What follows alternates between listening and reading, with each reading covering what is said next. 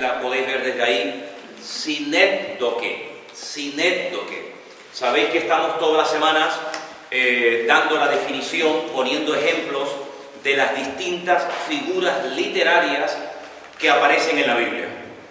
Sabéis que la Biblia es un libro muy singular, muy particular, porque no está compuesto por un solo libro, escrito por un solo autor, una sola persona, sino que son aproximadamente 40 personas, en idiomas diferentes, en momentos distintos de la historia, en un periodo de más de 1000 años, 1200, 1300 años de historia.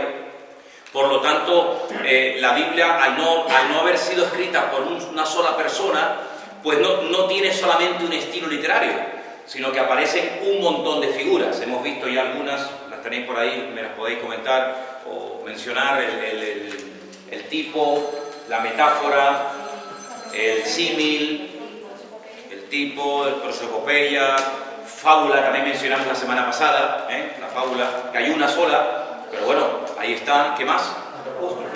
El apóstrofe, el antropomorfismo, que es cuando se le atribuye a Dios características humanas. Se habla del dedo de Dios, los ojos de Dios, la espalda de Dios, pero son simplemente expresiones para dar a entender algo que en ese momento Dios está tratando de enseñar o de compartir con el pueblo. Vamos a ver esta figura, sinécdoque, y voy a darles unos versículos. Por ejemplo, el primero, Mateo 6:11. Mateo 6, versículo 11, y voy a leer este texto y vamos a ver en qué consiste esta figura literaria. Es bueno saber que la Biblia tiene esta riqueza, ¿no? Que tiene tantas figuras literarias que en un momento determinado te la encuentras y, bueno, hay que saber interpretar esto. Por ejemplo, Mateo 6:11 dice: el pan nuestro de cada día, dánoslo hoy. ¿Cuántas veces hemos leído esa frase que forma parte del Padre Nuestro? Hay diferentes tipos de sinécdoque. En este caso, en Mateo 6:11, apunten, se habla de una parte como del todo. Apunten eso y ahora lo explicamos. Se habla de una parte como del todo, es decir, el pan representa todos los alimentos, todas las necesidades del hombre que necesitan ser cubiertas por el Señor. Entonces dice, el pan nuestro de cada día. ¿Quiere decir eso? Pregunto yo a ustedes. ¿Quiere decir que solamente Dios nos va a proveer a lo largo de toda nuestra existencia de pan? No. Luego el pan es mucho más que simplemente pues un trocito de pan. Si Dios nos va a dar mucho más que el pan, pero en este caso es mencionar el pan como un símbolo, una forma de decir, Él suplirá todas nuestras necesidades. En Génesis 6:17, voy a leerles este versículo, Génesis capítulo 6, versículo 17, presten atención a este texto también, que dice lo siguiente: he aquí que yo traigo un diluvio de agua sobre la tierra para destruir toda carne en que haya espíritu de vida debajo del cielo. Todo lo que hay en la tierra morirá. En este caso se sustituye la palabra persona por la palabra carne, ¿vale? Toda carne morirá. ¿Qué quiere decir con que toda carne morirá? Todo ser humano morirá, ¿vale? Entonces es sustituir una palabra por otra. Esto es lo que es el sinécdoque. Hay otro versículo que sustituye alma por persona. Por ejemplo, ¿cuántas veces decimos, oye, había mucha gente? Mira, no había ni un alma. Ni un alma. ¿Qué estás diciendo? ¿Que no había nadie? Bueno, pues hay un versículo en Números 29:7, apuntarlo por favor, Números 29:7, donde vais a encontrar la palabra alma por la palabra persona. Números 29, versículo 7, y dice así: en el día 10 de este mes séptimo tendréis santa convocación y afligiréis vuestras almas. ¿Vale? Entonces, a veces la palabra alma se sustituye por la palabra persona en la Biblia, para que lo tengáis en cuenta. Ahora, hay también sinécdoque, que se sustituye el singular por el plural, o el plural por el singular. Vamos a ver algunos versículos. Me gustaría que los leyerais vosotros. Les voy a dar los 3 versículos y después cualquiera de ustedes lo lee, ¿de acuerdo? Primero, Génesis 2:18. Repito, Génesis 2:18. Proverbios 37:32. Y Proverbios 28:22. Lo voy a repetir. Génesis 2:18. Proverbios 37:32.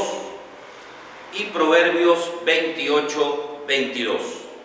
Vamos a leer esos 3 versículos donde podéis ver cómo a veces se sustituye el singular por el plural o viceversa. ¿Quién tiene Génesis 2:18, por favor? Y dijo Jehová Dios, no es bueno que el hombre esté solo, le haré ayuda idónea para él. Ahí Dios está hablando en singular, evidentemente, porque no había ningún otro ser humano. No es bueno que el hombre esté solo. Significa que solamente esa palabra fue dirigida o mencionada por Dios refiriéndonos a Adán. No se podría también leer, no es bueno que los hombres estén solos, ¿sí o no? Por supuesto que sí. Lo que pasa es que en ese momento Adán representa a toda la raza humana que no existe, que no está en ese momento, pero por eso se habla en singular, pero se sobreentiende que también abarca el término plural, el género plural, ¿de acuerdo? Proverbios 37:32, ¿quién lo tiene? Vais a ver que habla en singular, pero realmente abarca el plural. 37:32. Ay, perdón. 37:32. Sí, es que solo hay 31 hasta 31. ¿Ah, sí? Sí. Ah, pues leamos entonces el 28-22. Se apresura a hacer rico el lábaro y no sabe que ha de venir pobreza. Que repítelo otra vez, pero sin eso. Se apresura a hacer rico el lábaro y no sabe que ha de venir pobreza. Ok, si os dais cuenta en esos versículos, muchas veces se habla en forma singular, pero realmente quiere abarcar mucho más de lo que está diciendo, ¿de acuerdo? Luego vais a encontrar, por ejemplo, a veces en la Biblia, que la Biblia redondea cifras. Por ejemplo, cuando llegó el día de Pentecostés, dice que se convirtieron, dice, ¿cómo? 3.000. ¿Fueron 1, 2, 3, 4, 3.000? No, como 3.000 personas. Se redondea, pudieron ser 2.728, 2.932, pero dice como 3.000 personas. No es que sea exactamente ese número. El otro día veíamos esto con el famoso censo que hizo el rey David, que en un libro te da unas cifras, en otro libro te da otras cifras, en otro libro te dice que hubo tribus que el comandante, el general del ejército de David no quiso contar, se hizo de mala manera, ¿de acuerdo? Entonces vais a ver que, como dijimos en una de las reglas de la hermenéutica, cuando hay un versículo que te dice una cosa, y sobre la misma historia, o sobre el mismo tema, otro versículo te dice otra cosa, donde aparentemente se entra en una posible contradicción, lo mejor es encontrar un tercer texto que te aclare lo que te dice A y B. Si no lo encuentras, si no hay un tercer versículo que te aclara lo que dice el versículo A y el versículo B, pues quiere decir que lo que te está diciendo tanto un versículo como el otro es información así, ¿de acuerdo? Pero tal vez desde otro punto de vista o lo que sea, ¿vale? Muy bien, entonces, hay algo muy importante en la Biblia y es el lenguaje simbólico. Creo que una de las preguntas que tú hacías hace algunas semanas atrás, hablabas acerca de esto, ¿no? El tema de cómo podemos saber si algo es literal. ¿Cómo era tu pregunta exactamente? Bueno, cuando te hablaba de cuando sí te hablaba de la persona, Sí. cuando sabes claramente que está hablando.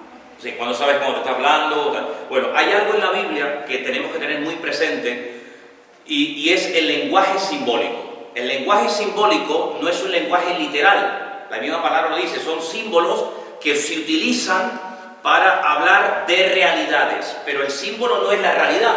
Vamos a ir, por ejemplo, al famoso libro del Apocalipsis, que fundamentalmente es un libro, no todo, pero que hay muchos capítulos donde se emplea un lenguaje tremendamente simbólico, que si tú no sabes que te está hablando de una forma simbólica, tú dices, yo no entiendo absolutamente nada. Vais a ver que en el capítulo 6, cuando por ejemplo se habla de los sellos, capítulo 6, los sellos, y ahí aparecen los famosos caballos del Apocalipsis, vamos a leer a partir del versículo 1. Apocalipsis capítulo 6, versículo 1 dice, vi cuando el Cordero, claro, ya empezamos, el Cordero, ¿quién es el Cordero? Pero ¿por qué decimos que el Cordero, cuando se menciona el Cordero, es Jesús? ¿En qué nos basamos? Por ejemplo, hay versículos que nos hablan acerca de que tú eres, he aquí el Cordero de Dios que quita el pecado del mundo. Si siempre cuando afirmamos algo, hay una costumbre muy arraigada en muchos cristianos, y es afirmar cosas que después no pueden demostrar. No estoy diciendo que no sean así. Lo que quiero decir es que cuando tú afirmas una cosa, tienes que poder demostrarla. De lo contrario, estás diciendo constantemente un montón de cosas, pero como a alguien se le ocurra algún día decirte, ¿y por qué dices eso? ¿En qué te apoyas? ¿Dónde lo dice la Biblia? Amigo, como no tengas una respuesta, puedes hacer el ridículo. Entonces, hay una cosa muy importante que no aparece en los textos originales, y son las mayúsculas y las minúsculas. Eso no existe. En hebreo no hay mayúsculas y minúsculas. Uy, entonces, ¿cómo se diferencia, por ejemplo, cuando estás hablando del Señor, por ejemplo, que del Señor Don Juan? Bueno, pues porque la palabra para Señor es una palabra completamente diferente a cuando tú hablas del Señor Juan o del Señor Pedro. Entonces, la palabra es específica, nadie le vas a llamar Adonai, ¿vale? Adonai es una palabra solamente que se usa para hablar del Señor, del Señor de señores y del Rey de reyes. Y después hay otras, Adón, Adoní, que se emplean para hablar, pero no se utilizan las mayúsculas y las minúsculas.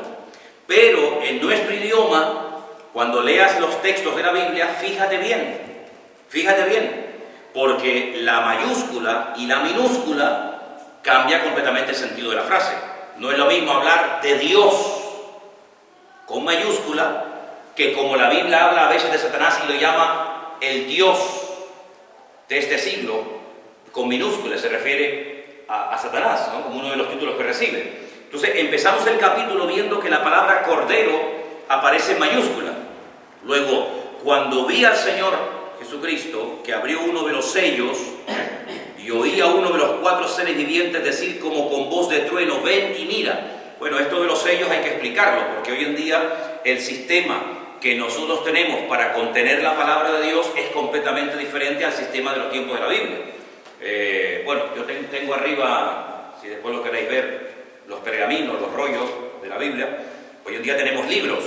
En aquellos tiempos los libros no existían. En aquellos tiempos eran rollos, ¿verdad?, que se abrían. Y en este caso está haciendo referencia a un rollo que tiene 7 sellos lacrados, ¿verdad? Y entonces lo que está pasando es que cuando quita uno de estos sellos, pues ocurre una cosa en la tierra, ¿vale? Para que nos centremos. Entonces dice que cuando abrió el primer sello, versículo 2, vi un caballo blanco, y el que lo montaba tenía un arco, y le fue dada una corona, y salió venciendo y para vencer. Hay momentos en la Biblia, tanto en lo que llamamos vulgarmente Antiguo o Nuevo Testamento, en los que aparecen figuras que se parecen.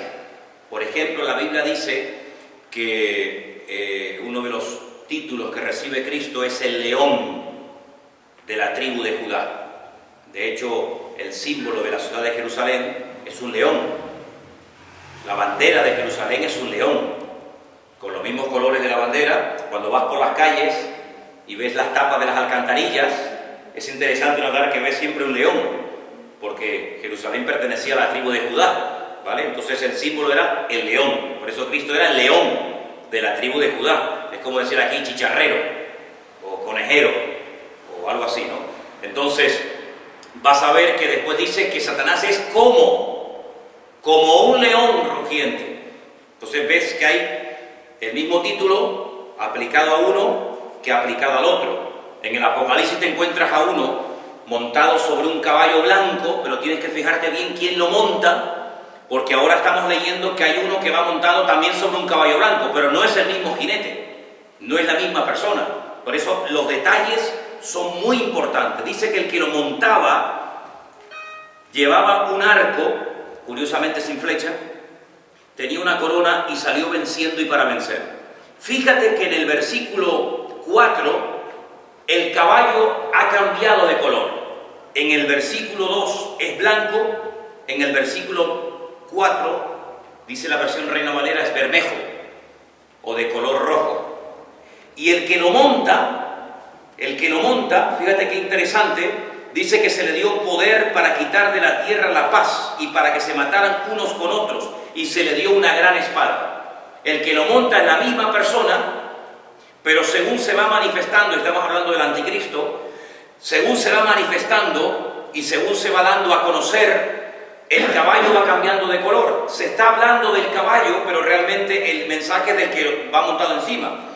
Cuando estudiamos estas cosas en mi casa, cuando estudiamos el libro Apocalipsis y la profecía y todo esto, yo dije que cuando, por ejemplo, en un monumento se ve a un caballo de 2 patas montado por una persona, el monumento se levantó al caballo y a la persona, al jinete. Pero cuando ves un monumento donde el caballo está de 4 patas o simplemente trotando y alguien lo monta encima, como por ejemplo el famoso monumento que había en la ciudad de Ferrol del Caudillo, ahí en Galicia, pues el monumento es al jinete, no al caballo, ¿vale? Entonces en este caso el caballo va cambiando de color, pero tú dices, pero es que no existen caballos blancos, no existen, caballos rojos. No, claro que no, pero está utilizando un lenguaje simbólico. Entonces, al principio es un caballo blanco, como dando a entender de que su forma de presentarse en el mundo es, entre comillas, una forma pacífica, sin causar daño, pero automáticamente cambia de color. ¿Por qué? Porque al cambiar el caballo de color blanco a rojo, dice que se quita la paz de la tierra y comienza la gente a matarse unos contra otros. Ya adquiere el color de la sangre que se está derramando. Si vas al versículo 5, te encuentras que el caballo ya es negro. El que lo monta sigue siendo el mismo, pero fíjate que al principio llevaba un arco sin flecha, de una forma pacífica, después lleva una espada y ahora, si te das cuenta, en el versículo 6 dice que lleva, lleva una balanza y dice 2 libras de trigo por 1 denario y 6 libras de cebada por 1 denario, pero no dañes ni el aceite ni el vino. Se disparan los precios de una forma impresionante. 1 denario, para que nos entendamos, era lo que habitualmente se le pagaba por día a un obrero asalariado. Alguien iba a trabajar, lo podéis ver por ejemplo en la parábola de la viña, dice que se contrataba obreros que estaban en paro por 1 denario al día. Entonces fíjate que para comprar una barra de pan llegará el momento en el que un obrero tendrá que trabajar todo un día. ¿De qué nos está hablando la Biblia? De una forma simbólica, de una hiperinflación.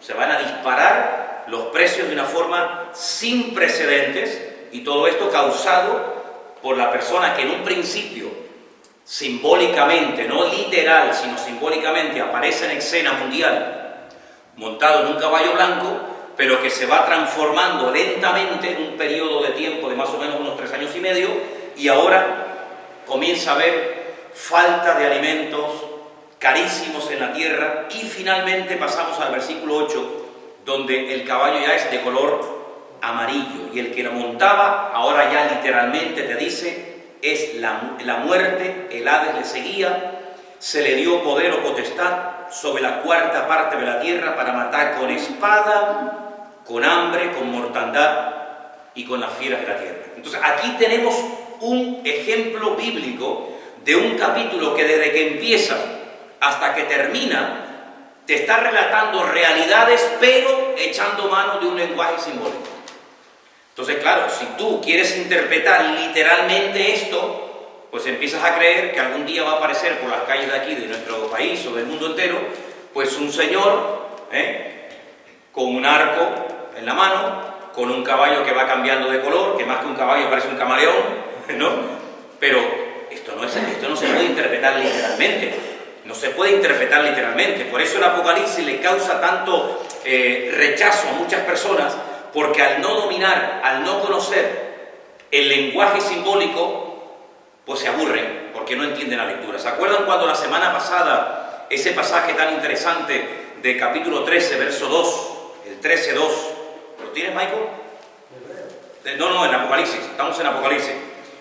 El 13:2, aparecen animales que si tú no sabes lo que representan o simbolizan, no te enteras de nada, evidentemente. Entonces tienes que recurrir pues a la imaginación, que es el peor enemigo del creyente a la hora de interpretar la Biblia. La imaginación no hace falta para interpretar la Biblia, lo que hace falta es el conocimiento. ¿Qué dice, por ejemplo, el texto?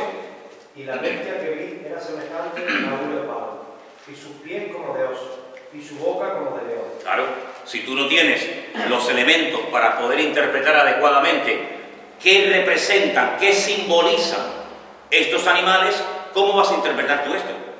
¿Cómo lo vas a interpretar? Bueno, a mí me parece que el león puede ser, yo creo que esto es algo muy divulgado en muchos círculos cristianos, donde la gente empieza a especular y a inventar cosas, y parece que a base de repetir y a base de repetir, pues van, digamos, asentándose sus declaraciones, pero nada más lejos de la realidad. El león representa a Babilonia, dijimos, ¿verdad? El leopardo a los griegos, el oso a los medos persas.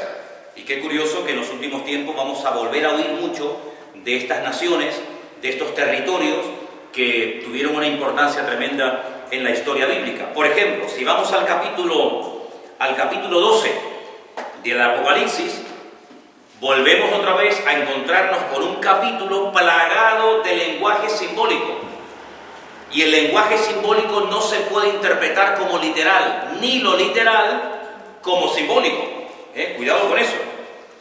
Apareció en el cielo una gran señal.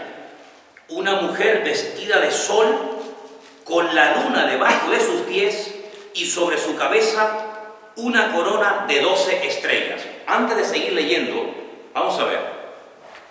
Hay una mujer en una visión donde aparecen 3 elementos: el sol, la luna y, curiosamente, 12 estrellas. Claro, si tú conoces la Biblia, automáticamente sabes de quién está hablando.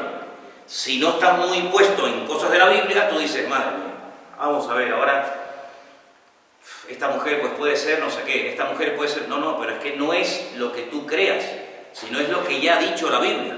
Entonces yo dije el otro día que uno de los principios elementales para poder interpretar la Biblia es que la Biblia se interpreta a sí misma, ¿verdad? Y es como un gran puzzle donde hay una declaración tremenda que siempre tenemos que tener en cuenta, y es: ¿qué es lo que será?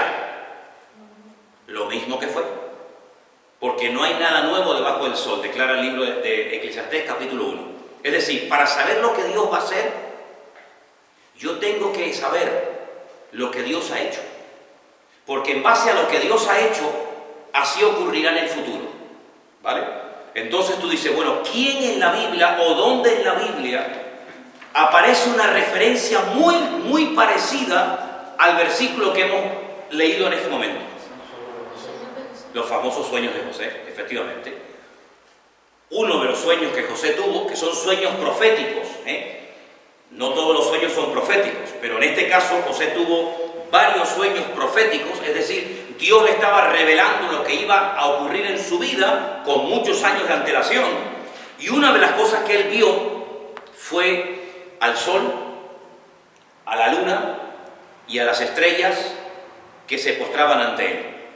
Y entonces resulta de que cuando él le cuenta este sueño a su padre Jacob, Jacob dice inmediatamente, fíjate qué interesante, no tuvo que recurrir a Señor, ¿y esto qué significa? Sino que ellos sabían. ¿Cómo? Que tu padre, el sol, tu madre, la luna, y tus hermanos, las estrellas, vamos a postrarnos delante de ti y te vamos a adorar. Entonces se está hablando del pueblo de Israel. No saques eso de su contexto, porque entonces te vas a inventar algo que no tiene nada que ver con la cruda realidad. Entonces ahora en el Apocalipsis, siglos más tarde, tiempo más tarde, nos encontramos que hay una visión en el cielo donde aparece una mujer con los mismos elementos de aquel famoso sueño que tuvo aquel joven llamado José: el sol, la luna y las estrellas. Amigo, aquí aparece Israel, y dice que esta mujer, estando encinta, clamaba con dolores de parto en la angustia de su alumbramiento. Bien, también apareció otra, no es la misma, otra señal en el cielo, y dice: he aquí un gran dragón escarlata, que tenía 7 cabezas y 10 cuernos, y en sus cabezas 7 diademas. Su cola arrastraba la tercera parte de las estrellas del cielo, se las arrojó sobre la tierra, y el dragón se paró frente a la mujer. Dijimos que el otro día el dragón, ¿quién era? El diablo. ¿Pero dónde lo decía? En Apocalipsis 12:9. Ahí dice quién es el dragón. Dice que se para delante de la mujer a fin de devorar, dice, a su hijo. Luego, es una mujer que está a punto de dar a luz, pero va a dar a luz a un hijo. Y es interesante notar que en el versículo 5 dice lo que ese hijo va a hacer. Dice que ese niño, ese hijo varón, regirá con vara de hierro a todas las naciones. Y su hijo fue arrebatado para Dios y para su trono. Entonces, ¿de quién está hablando aquí? ¿Quién es este niño? El Señor Jesucristo. Entonces, aquí nos está describiendo los sufrimientos del pueblo de Israel, tipificado en la figura de una mujer que ha recibido una promesa de que van a ser un Mesías. Y a lo largo de la historia, desde Génesis capítulo 3, versículo 15, donde se da la primera profecía del nacimiento de un Mesías, hasta que nace el Señor Jesucristo, todos los sufrimientos y todos los intentos por parte de Satanás para impedir que Jesús naciera. Y podríamos estar aquí hablando, sin exagerarte, horas de cómo Satanás, siguiendo el rastro del posible nacimiento del Mesías, intenta por todos los medios que esta nación, que este pueblo tipificado en la figura de una mujer embarazada, no dé a luz al Mesías. Hasta llegando al último, que fue cuando César de Roma pues manda hacer un edicto, el niño logra nacer, pero a los pocos días Herodes, uno de los Herodes de la Biblia, promulga un edicto donde a todos los niños menores de 2 años hay que matarlos. Es como el diablo tratando de impedir que el Mesías nazca. Ya lo había hecho en Egipto, pero ahora lo vuelve otra vez a hacer en los tiempos del nacimiento de Jesús, pero el niño nace. Entonces, cuando tú vas, por ejemplo, a este tipo de capítulos proféticos, a este tipo de libros como el Apocalipsis, como capítulos del libro de Ezequiel, como capítulos, por ejemplo, del libro de Daniel, tú no puedes interpretar la Biblia según tu parecer. Tú no puedes interpretar el mensaje simbólico como algo real ni viceversa. Entonces, ¿cuáles son las claves para interpretar o para reconocer y diferenciar el lenguaje literal del lenguaje simbólico? Apunta, te voy a dar tres claves. Primera clave. Cuando la figura que se utiliza, o de lo que se está hablando, no tiene relación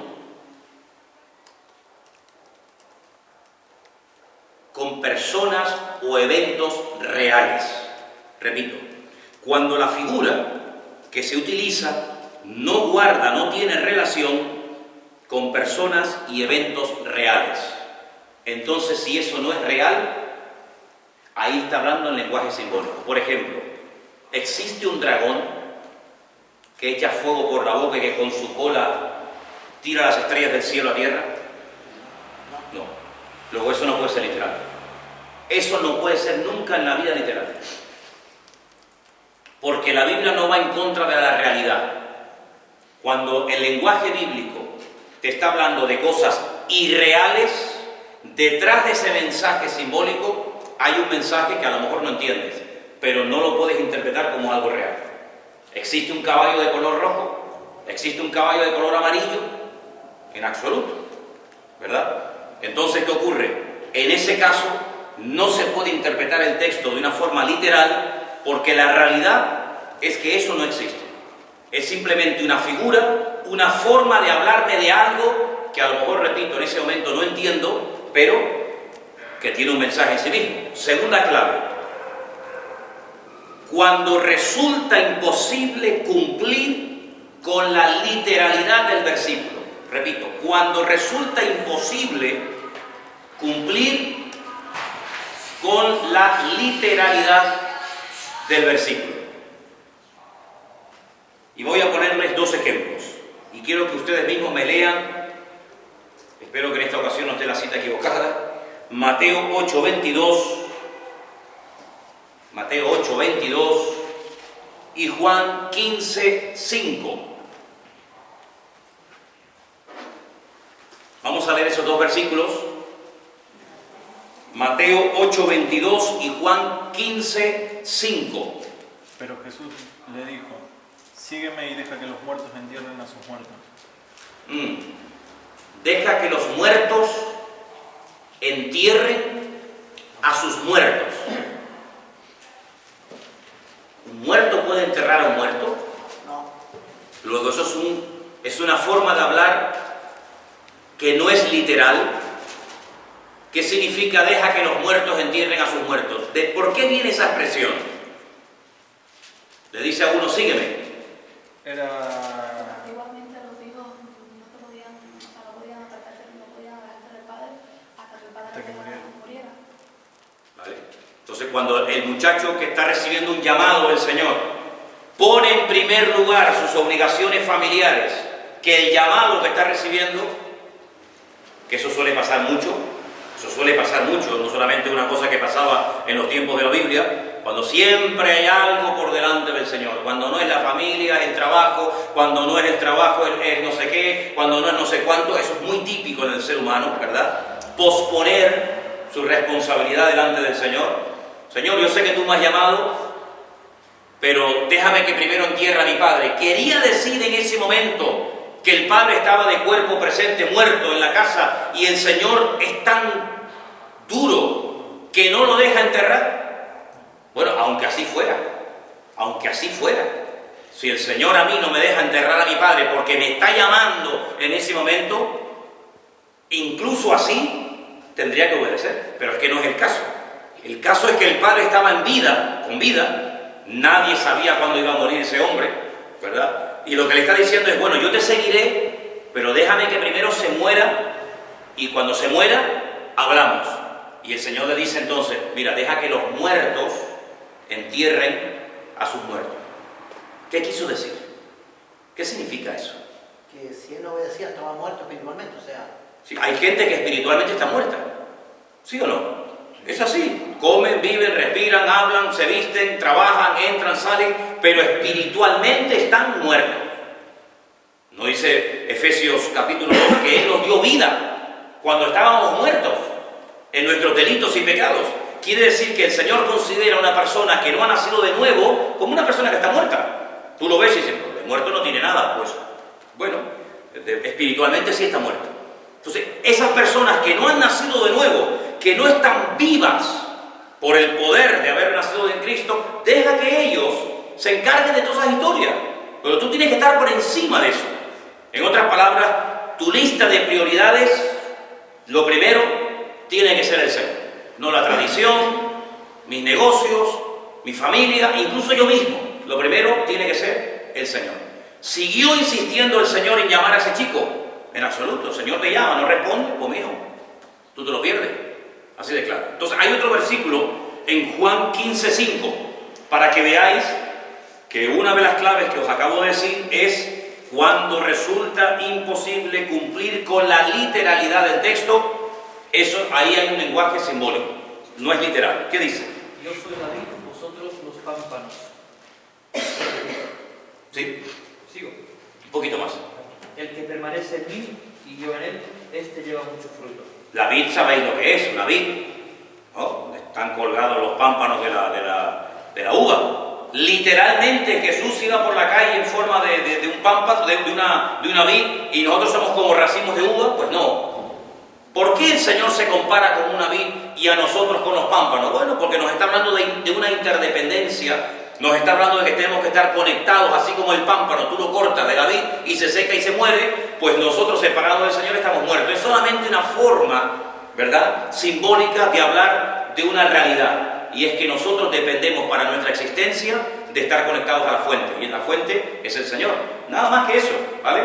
Entonces, reconocer que algo es simbólico o literal, pues cuando lo que estás leyendo no coincide con la realidad, entonces está hablando en un lenguaje simbólico. Tercera clave, ¿no? Cuando un texto entra en conflicto con otro, aparentemente, quiero decir entre comillas, aparentemente. Vamos a leer algunos versículos de San Juan, capítulo 2. San Juan, capítulo 2, y vamos a comparar el 19 con el 21.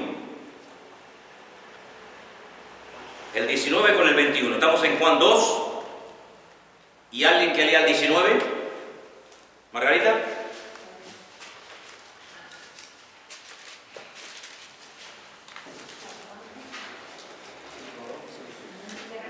Juan 2, 19.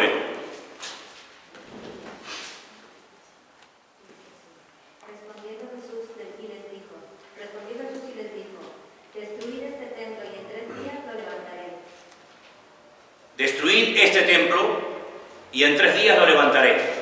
¿Eso es literal o hay algo que, utilizando esas palabras,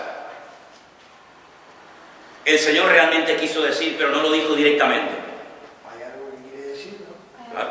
El Señor jamás en la vida esperó que sus discípulos se liaran allí a golpetazos y rompieran el templo de Jerusalén. Ya estarían asignados en otros momentos de la historia para destruir el templo, como fueron los romanos, ¿verdad? En el año 70. Pero dice, destruid este templo. Bueno, pero es que la respuesta a ese versículo que nos choca un poco, la da el 21. ¿Qué dice? Mas él hablaba del templo de su cuerpo. Ah, amigos, es otra cosa. Él hablaba del templo de su cuerpo. Luego él compara el cuerpo humano con un templo. Por eso Pablo, tiempo más tarde, cuando le escribe a los corintios, dice, hermanos, no quiero que ignoréis que vuestro cuerpo es el templo del Espíritu Santo de Dios. ¿Vale? Entonces, no vivimos con esa tragedia constante y permanente de no tener un templo donde ir a adorar a Dios, como por ejemplo le ocurre al pueblo de Israel, ¿verdad? Cuyo objetivo fundamental es orar y orar y orar y orar y pedir de noche y de día para que se reconstruya el templo de Jerusalén, sino que ahora tenemos que tener claro que nosotros somos el templo donde Dios vive, y donde yo estoy, Dios está. Y donde Dios está, pues teóricamente yo también tengo que estar, ¿verdad? Entonces, os dais cuenta cómo aparentemente parece el versículo 19 una cosa muy fuerte, pero el 21 te lo aclara. Ahí vemos un ejemplo práctico de cómo la Biblia se interpreta a sí misma. Y dicho sea de paso, el declarar no solamente Cristo, sino siglos o tiempo más tarde, mejor dicho, Pablo, que el cuerpo del creyente en Dios es templo del Espíritu Santo, eso fue algo impresionante. Para nosotros hoy en día eso resulta normal, no nos impacta que diga eso. Pero en aquella cultura, ya desde el tiempo de los griegos, se creía que el cuerpo era la cárcel del alma. El cuerpo era malo, había que dañarlo, había que perjudicarlo, porque mientras estemos en el cuerpo, nuestra alma está como oprimida, como encarcelada, no podemos ser felices, ¿verdad? La materia es mala, incluso había gente que se flagelaba y se hacía daño. Pero el cristianismo rompió con esa falsa doctrina, con esa falsa enseñanza de que el cuerpo es malo. El cuerpo no es malo, el cuerpo es lo que tú quieres que sea. El cuerpo lo puedes contaminar o el cuerpo lo puedes utilizar, ¿vale? Pero en este caso Dios santifica, dice que el templo del Espíritu Santo ahora es el cuerpo del creyente, ¿vale? Bueno, hay una figura literaria también que la vamos a llamar eufemismo, el eufemismo. Y hay una cita en 1 Samuel 24:3, 1 Samuel 24:3. Y vamos a ver que el eufemismo consiste en utilizar un lenguaje agradable. Apunten, el eufemismo consiste en utilizar o hablar con un lenguaje agradable o diplomático, diríamos entre comillas, para sustituir algo que podría sonar muy fuerte. Es como cuando le dijeron a aquel muchacho, ¿tú serías capaz de decirle a la reina que es coja? No. Para sustituir un lenguaje que resultaría muy fuerte si lo dijera literalmente, ¿no? Sino, ¿cómo nos vamos a atrever a decirle a la reina que es coja, que camina mal? Dice, yo sí me atrevo. ¿Sí? Venga.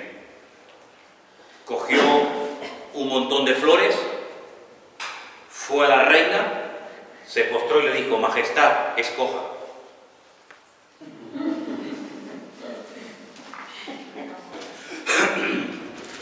Es decir, una verdad, pero de una forma, por así decirlo, diplomática, ¿no? Tenemos 1 Samuel 24:3. 1 Samuel 24:3. Vamos a hacer una interpretación literal del versículo para que veáis, o a ver si sois capaces de interpretar esto. 1 Samuel 24:3. ¿Quién lo tiene? Llegó a unos rediles de ovejas. ¿Eh? 1 Samuel 24:3. Sí. Llegó a unos rediles de ovejas. No. 1 Samuel no. 24:3. Sí, ese. Estamos en 2 Samuel. Ah. ¿Puede ser 2 Samuel? No, en primera de Samuel 3, ese. ¿Cuál sería tu? 24:3 ese. Y cuando llegó a un redil de ovejas en el camino. No, Pero Joab No. respondió al rey. no, perdón. Ese tampoco. Estamos viendo 24:3 de 1 Samuel, no es ese, ¿no? Estamos viendo cuando Saúl entra en la cueva donde está el rey David, con sus soldados. Sí, es 1 Samuel. 1 Samuel, ¿no? Sí, sí. Pero no en el versículo ese. Ok, aquí está, sí, estamos en el 3, sí. Lee a partir del 3, por favor. ¿Cuál sería el 24:3. Y cuando llegó a un redil, Sí. y cuando llegó a un redil Ese, sí. de ovejas en el camino donde había una cueva, entró Saúl en ella para cubrir sus pies. Y David y sus hombres estaban sentados en los rincones de la Sí, cueva. ese, sí. Ok, ese era el versículo. David está dentro de una cueva con sus hombres en Engedi. En fin, Saúl lo está persiguiendo, Saúl lo quiere matar y él está escondido en una cueva. ¿Cuál será su sorpresa? Que de repente ve entrar en la cueva. Claro, cuando tú estás dentro de la cueva, tú ves entrar a la persona entra y la cueva seguramente sería muy grande, no vio a los que estaban allí escondidos, pero dice que la razón por la que Saúl entró a la cueva fue para cubrir sus pies. ¿Eso qué significa? Hacer sus necesidades. No, vamos a interpretarlo literalmente, lo que dice aquí. A ver, tú te quieres cubrir los pies. Lo vamos a interpretar literalmente. ¿Cómo te cubre los pies? Tapándolo, sí. Yo tengo que entrar a una cueva, apartándome de mis soldados, para taparme los pies. ¿Pero para qué? Se podía poner unos calcetines, una manta o algo por encima. ¿Significa literalmente eso? No, esto es un eufemismo. Es decir algo de una forma diplomática, de una forma suave, para no decir literalmente que a lo que entró el rey Saúl dentro de la cueva fue hacer sus necesidades. Así de crudo, así de claro. Tú imagínate el rey Saúl entrando a una cueva para hacer sus necesidades. Los soldados le dijeron, ahora o nunca, amigo. El Señor te lo ha puesto a tiro. ¿Cuál fue la respuesta de David? Dice que se levantó calladamente, cortó la orilla del manto de Saúl. Después dice que se turbó, se sintió mal en su corazón porque le había cortado la orilla del manto a Saúl.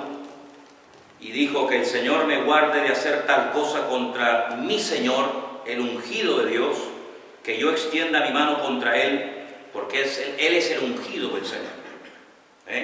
Entonces, ahí veis la figura que hemos hablado ahora, un eufemismo, una forma de hablar diplomáticamente de una realidad que no se dice, pero que el que entiende un poco de Biblia, pues sabe perfectamente que no entró a cubrirse literalmente los pies, sino otra cosa, ¿sí? Los tipos literarios cambian de acuerdo a la versión de la Biblia, porque por ejemplo en la de las Américas dice literalmente que fue a hacer sus necesidades. ¿La tienes ahí? Sí. ¿Qué dice? Léela.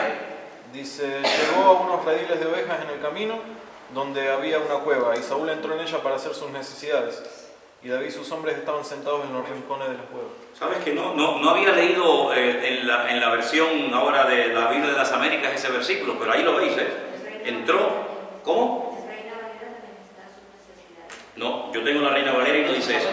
Lo que pasa es que hay varias versiones del Reino Esa, Valera. la de 60 Hay no. dos versiones. Sí, hay una posterior. ¿Tú tienes en la tuya qué dice? Léelo. Dice, al llegar a un redil de ovejas junto al camino, donde había una cueva, entró Saúl en ella para hacer sus necesidades. Bueno, Lo pues que mira. pasa es que la del 60 es la que generalmente tiene todo el mundo. Claro. Entonces ahí aparece la figura del eufemismo que se quitó en la siguiente versión. Con el tema de las versiones, dejadme que os diga lo siguiente. Hay muchas formas de decir las cosas, ¿vale? A veces la gente dice, uy, pero ¿por qué hay tantas no Biblias? Biblia hay una sola. Biblia hay una sola. Pero hay versiones. Por ejemplo, yo voy a decir algo. ¿Alguna vez alguno de ustedes se ha sentido como chancho en cancha de bocha? Como chancho en cancha de bocha. ¿Sabes? ¿Tú me entendiste? Él me entendió, porque él es argentino.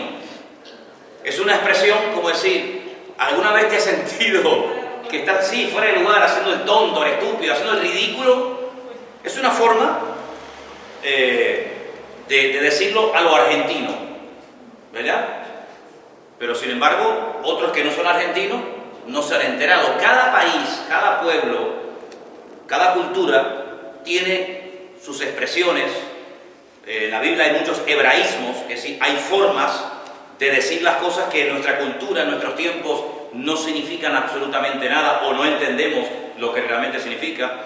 Y tú, no sé, en Cuba, en Colombia, en Argentina, en Venezuela, hay cantidad de expresiones típicas de ese pueblo, de esa gente, de esa cultura, de esa idiosincrasia. Entonces, ¿qué ocurre? Nuestro idioma es un idioma vivo, no es un idioma que está muerto, es un idioma que en el último diccionario de la Real Academia Española le han añadido cantidad de palabras que hace unos años atrás la gente no sabía absolutamente nada de lo que era. Por ejemplo, tú hoy en día a un joven le dices, no, es que tienes que apretar el ratón.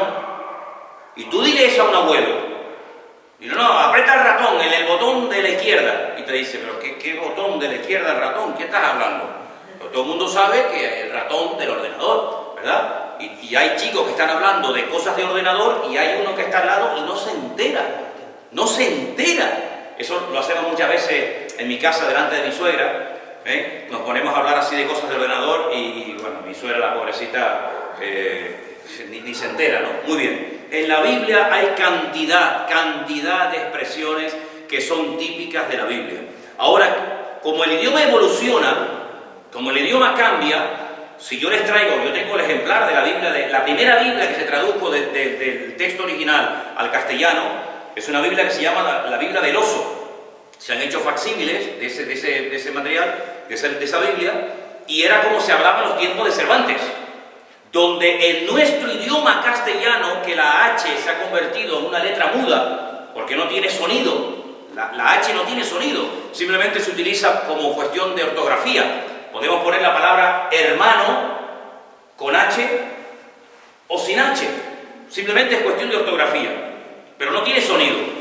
Así como lo ha mantenido en el portugués y como lo ha mantenido en el gallego, en el castellano antiguo la H no era una letra muda, sino tenía un sonido de F. ¿De acuerdo? Eso se ha ido perdiendo. Entonces, ¿cómo vamos a leer hoy en día la Biblia que leía Cervantes en el año 2013? No tiene ningún sentido, ¿verdad? No tiene ningún sentido. Entonces, por ejemplo, la versión que tú tienes de Reina Valera del 95, creo que es, pues ya ahí emite el eufemismo de que entró a cubrirse los pies. Ya literalmente dice, entró a esto. ¿De acuerdo?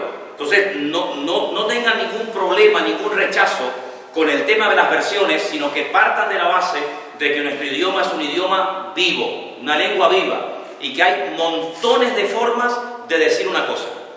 El texto hebreo, yo del griego no tengo ni idea, pero del texto hebreo no evoluciona el texto bíblico, en el sentido de que lo que leía Moisés es lo mismo que tú puedes leer hoy en día. El idioma bíblico, el lenguaje de la palabra de Dios, no ha evolucionado, el lenguaje es exacto. Pero sin embargo nuestro idioma pues se habla muy diferente hoy en día de como se hablaba hace 500 años. Por eso las versiones de la Biblia han tenido que ir modificándose, ¿vale? Y ahí, gracias al Señor, tenemos un montón de versiones. La Nácar Colunga, que es la versión católica, es una versión buenísima. La Reina Valera, bueno, y tantas versiones, que siempre digo que es muy bueno tener diferentes versiones para que a la hora de interpretar un texto, pues sepas diferentes formas como se ha escrito esa palabra. ¿De acuerdo? Muy bien. Y cuando Sí. lo de que cortan el manto, ¿qué quiere decir? Sí, bueno. El judío llevaba un manto, que lo traje el otro día a la iglesia, que es el famoso talit. En las esquinas de ese manto hay unos hilitos, unos flecos, ¿verdad?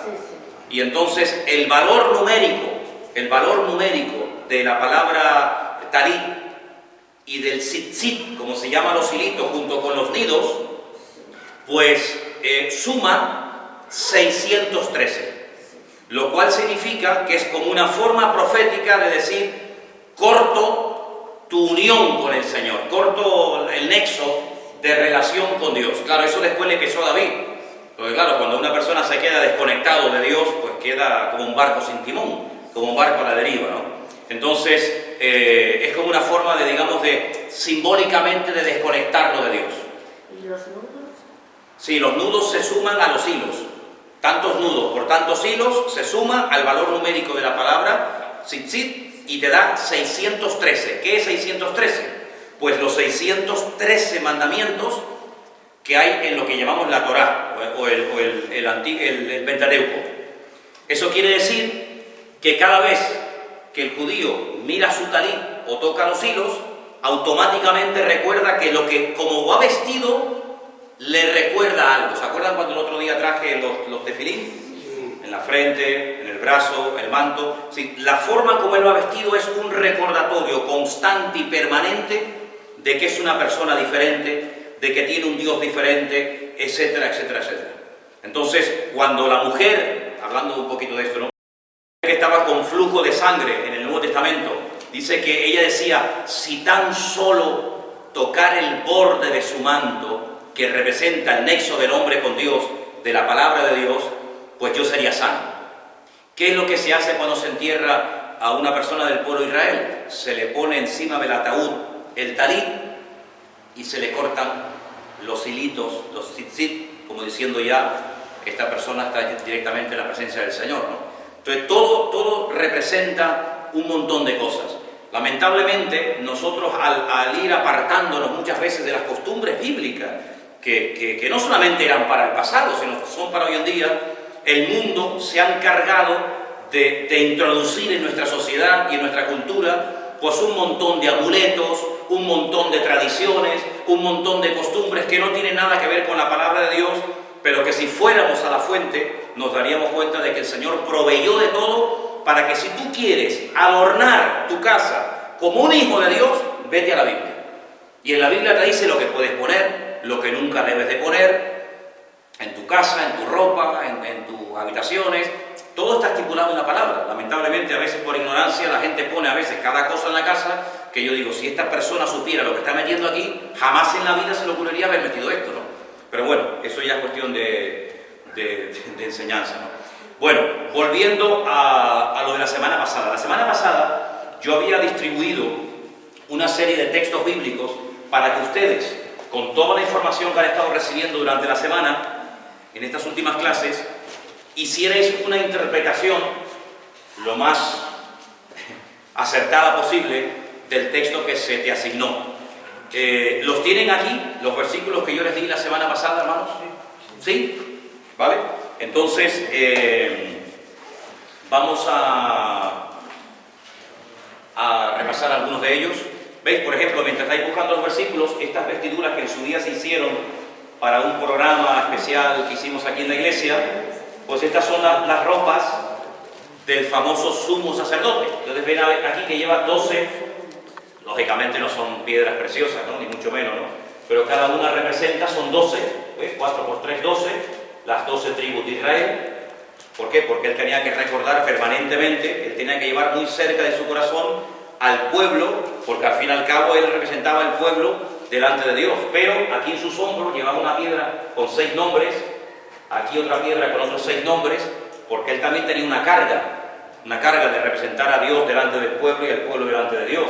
Aquí en esta mitra, en este sombrero, le quitamos la cabeza porque estaba cayendo siempre, pone Kadosh Adonai, si santidad al Señor, porque él era un representante de la santidad que tenía que tener el pueblo delante de Dios y de la santidad de Dios delante del pueblo. Aquí en el borde de la vestidura, ¿veis?, lleva campanitas, porque era la forma como la gente que estaba fuera sabía que el sacerdote estaba vivo. En el momento en el que no se oyeran las campanitas moverse, tenían que sacarlo fuera porque había caído muerto en la presencia del Señor. Así que todo cuanto lleva, las cositas estas que son granadas, es interesante notar que la fruta de la granada en Israel, esa fruta roja riquísima, la abres por la mitad y tiene 613 granitos. Ni uno más, ni uno menos. Para que cuando te comas una granada sepas que Dios estableció 613 mandamientos en la palabra. Unos que son para hacer y otros que son para no hacer. ¿Vale? Hay mandamientos que son de hacer cosas y otros de no hacer ciertas. Es decir, todo gira siempre en torno a la palabra. ¿De acuerdo? A ver, ¿qué textos teníais por ahí de la semana pasada? Alfredo, tú tenías, me parece, que me habías comentado. No, yo tenía uno, el mismo que le había dado aquí a Comentamos el de Ezequiel Ezequiel. 16:49. Así que era el pecado de Sodoma y Gomorra, ¿no? Quedaba Salmo que no se dijo, ¿El Salmo cuál era? 85:10. Vamos al Salmo 85:10, por favor, un segundito. Salmo 85, versículo 10. Pero eso lo partimos por las parejas, ¿eh? Sí, lo habíais repartido, lo habíamos hecho en grupo. ¿Quién tenía el Salmo 85:10? ¿Tú y quién más? Ah, que hoy no vino. ¿Tú sabes lo que tenías que compartir? Bueno, a ver. Lee el versículo primeramente. ¿Cuál es el tuyo? Ah, sí, este versículo era muy bueno. ¿Cuál es el tuyo? ¿Cuál es? Salmo 85:10. La misericordia y la verdad se encontraron, la justicia y la paz se besaron. Buenísimo, ¿eh? Bueno, yo entendí que era una metáfora, porque como tal la misericordia y la verdad, todo eso son cosas abstractas que no se pueden encontrar ni besar. Y me leí el capítulo entero para más o menos tomar noción, porque si lo leo así solo, vamos, me salen un montón de cosas que al final no sé si son verdad o no. Y ahí estaba el creador de ese Salmo 85. Claro, lo que pasa es que en este caso el contexto no te va a aclarar el texto. No es como, por ejemplo, en otras historias donde para entenderla tienes que saber, como vimos el día del famoso concilio de Jerusalén, por qué se mandaron aquellas cosas, qué situación había en aquel momento en la vida de la iglesia y se le dijo, mira, no hagan ni esto ni esto. En este caso, como esto es un salmo y generalmente, como suele pasar con el libro de Proverbios, cada versículo es un tema diferente al versículo anterior o posterior. Por eso, a propósito, escogí el versículo el 10, porque leyendo el contexto del Salmo no vas a encontrar la explicación. Bueno, pues yo... ¿Dónde se encontró la misericordia y la verdad? ¿Dónde se encontraron? No sé. Bueno, entonces vamos atrás. ¿Quién es la misericordia y quién es la verdad? Dios. Jesús nos dijo en cierta ocasión, yo soy el camino, la verdad y la vida. Lo que estaba comentando, que yo creí que la misericordia era Dios, porque el Señor es misericordioso y por eso dio a su Hijo y todo. Y que la verdad era Jesús, porque Él mismo dijo que era la verdad, el camino, la verdad y la vida. Ya. Después cuando me habla de justicia y paz. Pero espera, aún no has terminado la frase anterior. La Pues, misericordia y la verdad se encontraron. Son dos conceptos que se encuentran, no dos personas. No es que esta es la misericordia, esta es la verdad, y de repente hacen así, claca, y los dos se encuentran. No, son dos conceptos. Han hecho la misma persona. Esos dos conceptos de misericordia, primeramente hay que definir qué es misericordia. Porque si estamos hablando de misericordia y no sabemos lo que es. Misericordia, alguien dijo que es tratar a una persona mejor de lo que se merece. Así, a grandes rasgos. Tratar a alguien mejor de lo que se merece. Vale, perfecto, eso es misericordia. Bien. ¿Y la verdad? ¿La verdad cuál era? Pues la verdad la que siempre el Señor enseñó desde el principio. Que la paga del pecado es la muerte. Que el día que pecares pereceréis. Y se repite de diferentes formas. ¿Dónde se encontró el concepto de la misericordia y de la verdad sobre el pecado? ¿Dónde se encontró? En la figura de Cristo en la cruz. Sí, en la cruz Jesús tuvo misericordia, ¿sí o no? ¿De quién? Porque de Él no tuvo ninguna, de nosotros. Pero ¿se cumplió la verdad de la sentencia de la muerte contra el pecado? Sí. Hombre, por supuesto. Por eso dice después la justicia. La justicia que decía, el alma que pecare perecerá. Eso es justicia. Pero si solamente aplicas la justicia, aquí no se salva a nadie.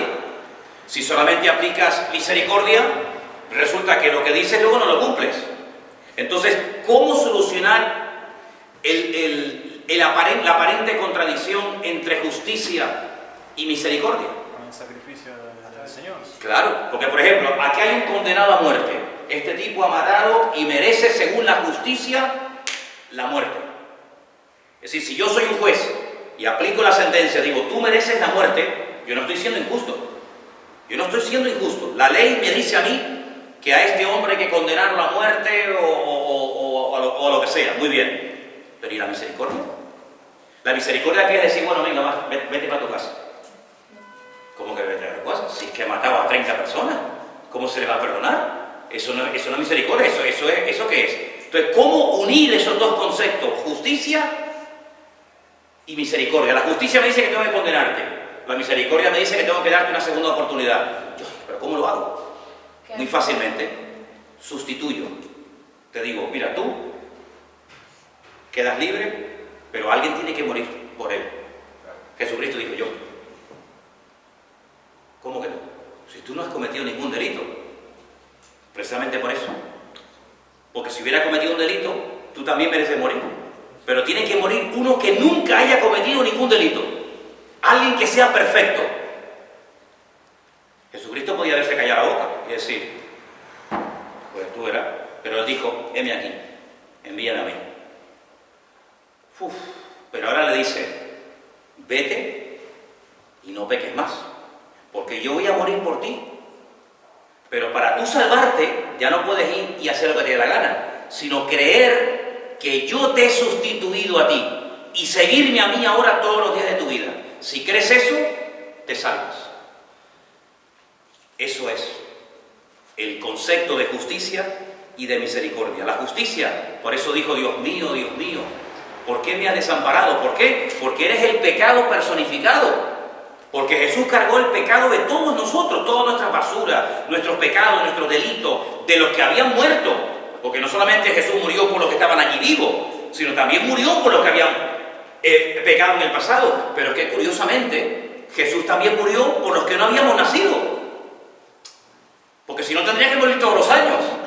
Ahora muero por esta generación, no, pero voy a morir también por ustedes. Porque sé que ustedes, aunque todavía no existan, sé que van a pecar igual. Entonces yo me adelanto a tu nacimiento. Antes de que tú nazcas, yo ya he muerto por ti. Mi madre, eso es una cosa que cuando yo entendí eso, yo dije, Dios mío, esto es impresionante.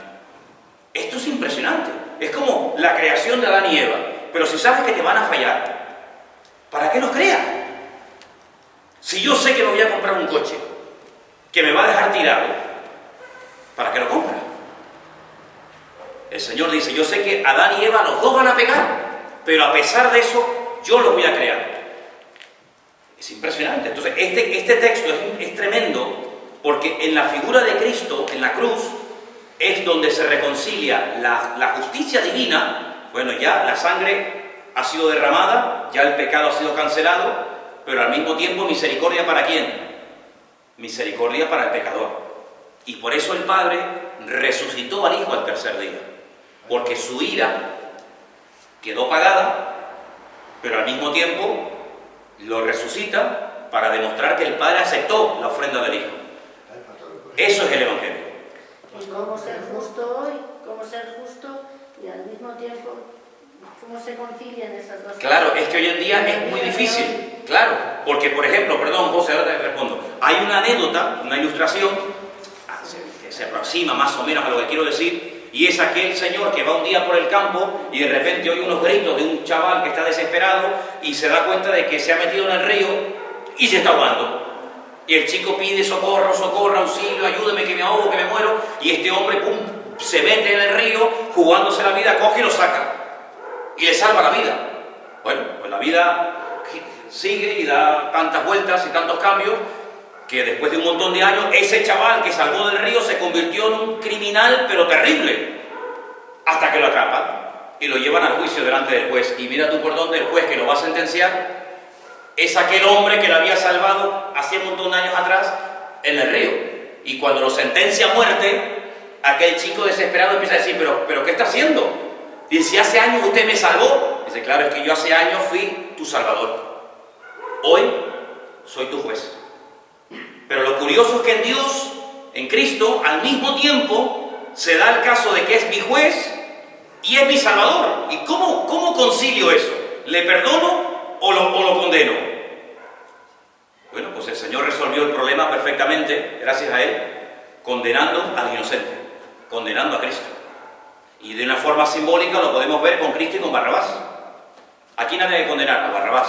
Pero el pueblo decidió condenar al justo. Entonces lo natural nos habla de lo espiritual. Lo mismo que el hombre hizo en la tierra delante de Poncio Pilato, diciendo, preferimos al culpable en vez de al inocente, Dios ya lo había hecho, diciendo, pues si yo ya lo he condenado antes que vosotros, porque es mi hijo unigénito, y lo resucitó al tercer día, ¿te das cuenta? Así que es tremendo. José, ¿qué decías? Por ejemplo, no sé si ustedes lo han visto este caso, pero el pastor que está hablando, ¿qué sabe hacer usted? A ver. Ya los hermanos, porque ustedes están para eso. Bueno, estamos en un juicio. Ustedes saben que a ustedes le ponen la Biblia delante, jura decir la verdad y nada más que la verdad. Sí. Y usted dice sí. ¿A usted cómo contestaría? ¿Yo? Sí. Yo diría, yo prometo. Yo no puedo jurar. Yo prometo. Sí. Vale. Es que hay tres formas de contestar. Yo prometo decir la verdad. Sí. Yo juro decir la verdad. Sí. O yo más tengo. No, o sí digo la verdad. Sí. ¿No? Estas tres versiones. ¿Cuál Sí. es la verdadera? Sí, pero yo no soy ningún juez, yo no sé. Yo no sé. Yo no soy el juez, yo qué sé lo que te diría el juez, no tengo ni idea. Claro, yo lo que quiero decir con este versículo que te tocó a ti es que Dios nunca se verá en una situación en la que va a decir, uff, ¿y ahora cómo hago? El Señor tiene todo eso resuelto. Ahí está la cosa. Ya lo tiene todo resuelto. El Señor es el que Por tiene eso todo el resuelto. versículo Nosotros no estamos después llamados, dice, la verdad brotará de la tierra. La verdad. La verdad brotará de la tierra. Claro, Y la justicia mirará desde el cielo. Ahí habla de Jesús y de... claro, totalmente, totalmente. No hay paz hasta que no haya justicia. Hay familias en este país que están destrozadas y no tienen paz por la porquería de justicia que a veces se aplica en este país.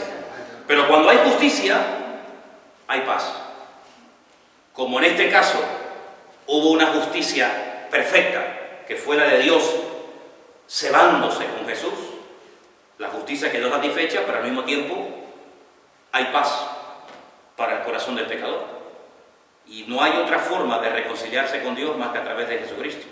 Por eso, si yo no creo en esta tremenda obra, planeada desde antes de la fundación del mundo, sino que es increíble. Yo creo que yo con mis méritos, yo creo que yo con mi esfuerzo, puedo obtener la salvación de mi alma. Eso, aunque suene duro, es un insulto. Es un insulto, es un menosprecio a la obra perfecta que Cristo hizo en la cruz del Calvario. Pero si ya no hay que hacer nada, si ya está todo pagado. Pero cuidado, como decimos hoy en día, y hablábamos sin que yo hace poco de eso, la salvación hoy en día es gratis. En otro momento, pero alguien la tuvo que pagar. Hombre, claro, es como si toma el coche, sí, pero el coche es gratis. No, gratis no, lo pagué yo. Así que te lo regalo. No es gratis nada. La salvación es gratis, sí, claro, es gratis para ti. Pero ¿quién la pagó? ¿Y con qué precio? La pagó el Señor Jesucristo. Entonces, si ya está pagada la deuda, si yo llego a ti y te digo, ¿tú cuánto debes? No, yo debo en el banco 10.000 y yo voy, mira, toma el dinero de estas personas. ¿Para qué vas tú la semana que viene al banco a pagar lo que yo te pegué ya? Mire, es que yo vengo a pagar, no, mire, es que una señora vino la semana pasada y tal. No, es que yo insisto, pero que señora, perdone, es que esto está pagado.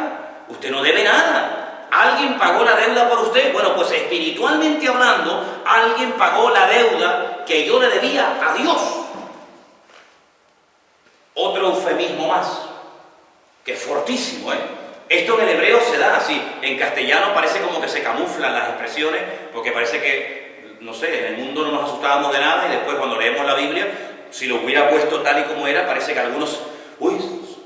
por ejemplo, cuando dice Isaías que todas nuestras justicias, es decir, todo lo que en un momento determinado podamos hacer para ganar nuestra salvación o para sorprender a Dios, dice en la Reina Valera, él lo considera trapos de inmundicia.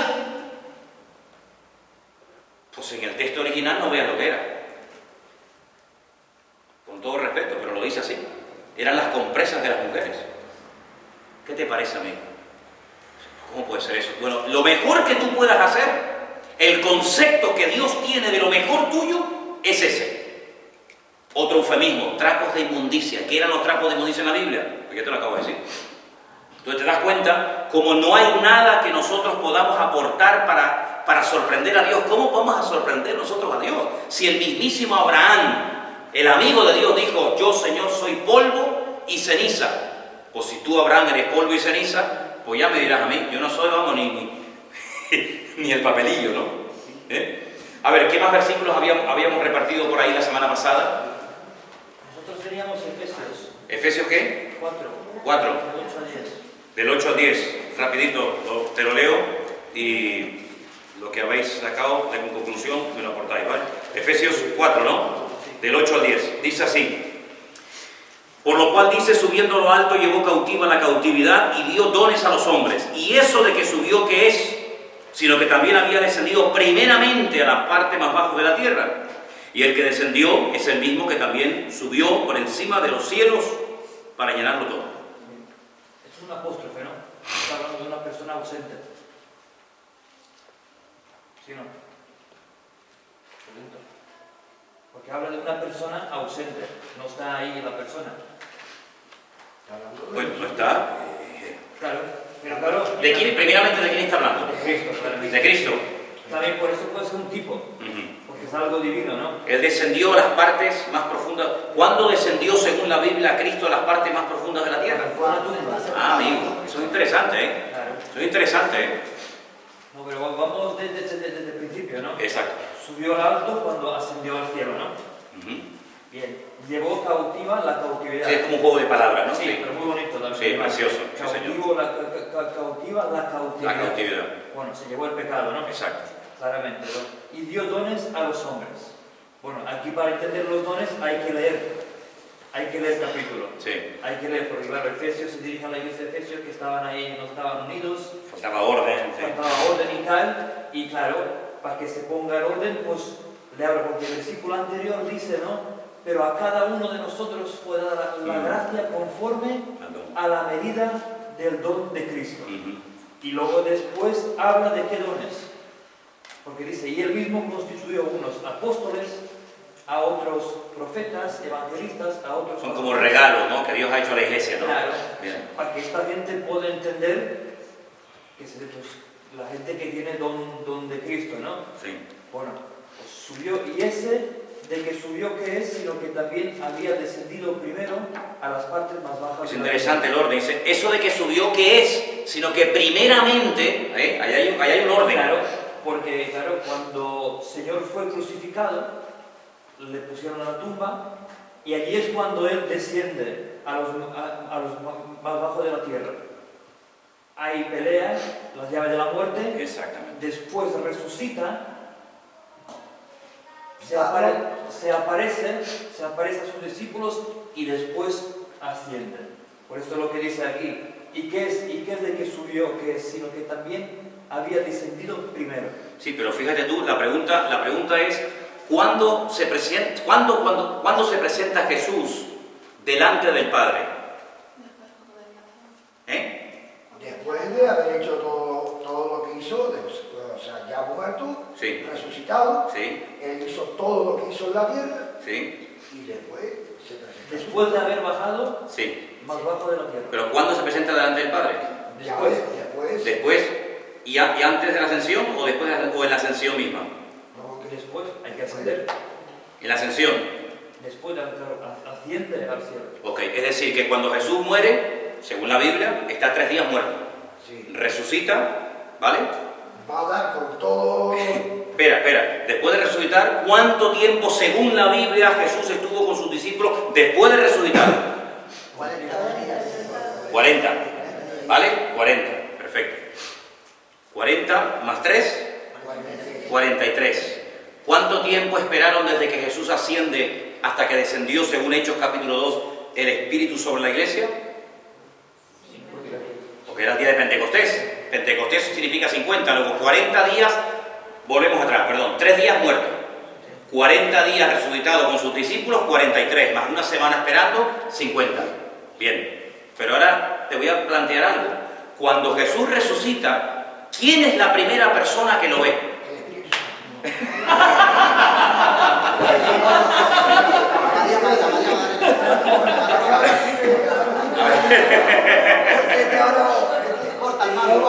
¿Quién fue la primera persona?